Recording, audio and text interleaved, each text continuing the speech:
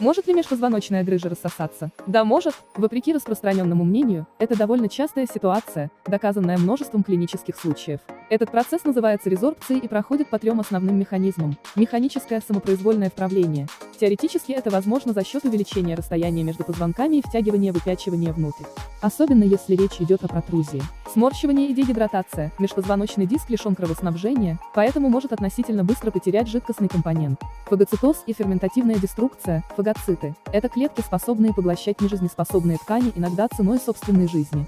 Главное, что для этого необходимо, восстановить правильную биодинамику тела.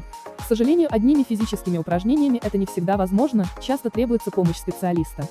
Фалилеев Евгений Станиславович, врач-мануальный терапевт, кинезиолог.